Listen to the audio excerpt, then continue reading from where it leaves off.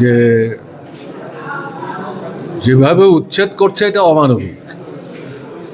তবে এটা ঠিক, রাস্তায় তো শুধু গাড়ি ঘোড়া চলে না, পায়ে হাঁটা মানুষও চলেন, তাদের জিনিসপত্র কেনাকাটির জন্য যেতে হয়, হাঁটতে হয়। তার জন্য ফুটপাত তার প্রভিশন থাকবেই।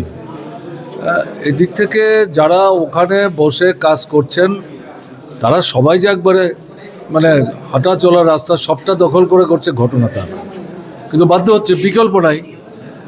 এখন এদেরকে তো একটা বিকল্প দিয়ে তারপর ওখান থেকে সরানো হচ্ছে।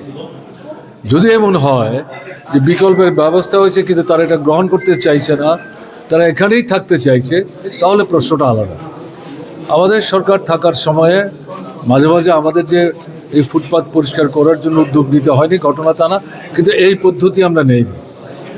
আমরা বিকল্প ব্যবস্থা করেছি এবং আপনারা দেখেছেন যারা খবর রাখেন, আগরতলা শহরের বিভিন্ন এলাকাতে এই ধরনের হকার যারা ফুটপাতে বসে যারা কাজ করেন তাদের স্থায়ীভাবে একটা আস্তানা বা ঠিকানা দিয়ে ওখানে যাতে তারা ব্যবসাটা ঠিকঠাকভাবে করতে পারে তার ব্যবস্থা করেই তারা যেখানে ছিলেন এখান থেকে তাদেরকে সরবার জন্য আমরা আবেদন করতাম, অনুরোধ করতাম।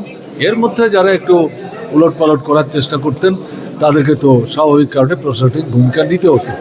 কিন্তু এখন যেটা দেখা যাচ্ছে, কিছুদিন পরপরই তারা গিয়েও ইয়েগুলি হকার উচ্ছেদের নাম করে, ফুটপাত পরিষ্কার করার নাম করে রাতের অন্ধকারে গিয়ে আক্রমণ করছে, ভাঙচুর করছে।